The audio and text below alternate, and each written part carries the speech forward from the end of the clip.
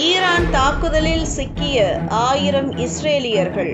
சொந்த நாட்டு மக்களையே பரிதவிக்க விட்ட நெத்தன்யாகு. உண்மைகளை பொய்களை கொண்டு மறைத்தால் இப்படித்தான் நடக்கும். அமெரிக்காவுக்கு ஈரான் வெளிப்படை எச்சரிக்கை. பிப்ரவரி 28 முதல் அமெரிக்க இஸ்ரேல் படைகள் ஈரான் மீது தாக்குதல்களை நடத்தி வருகின்றன. இன்றும் தொடர்ந்து ஈரான் மீது போர் நடந்து வருகிறது. இதற்கு ஈரானும் பதிலடி கொடுத்து வருகிறது. இஸ்ரேல் மட்டுமின்றி அமெரிக்காவின் பாதுகாப்பு படை தளங்கள் உள்ள அரபு நாடுகளை குறிவைத்து ஈரான் தாக்கி வருகிறது. அந்த வகையில் அமெரிக்காவுக்கு ஆதரவாக செயல்படும் Saudi Arabia, Bahrain, Kuwait, Qatar, Iraq மற்றும் ஐக்கிய அரபு அமீரகம் உள்ளிட்ட நாடுகளில் ஈரான் தாக்குதல் நடத்தி இருப்பதால் கணிசமான அளவில் பாதிப்பு ஏற்பட்டுள்ளது. இது ஒருபுறம் இருக்க, இஸ்ரேல் மீதும் ஈரான் படைகள் தொடர் தாக்குதல்களை நடத்தி வருகின்றன. அமெரிக்காவையும் இஸ்ரேலையும் பழிதீர்ப்போம் என சூளுரைத்துள்ள ஈரான் அதற்காக சிறிதும் இடைவெளியின்றி தனது ருத்ர தாண்டவத்தை நடத்தி வருகிறது. அதன்படி இஸ்ரேல் மீது ஈரான் நடத்திய தாக்குதலில்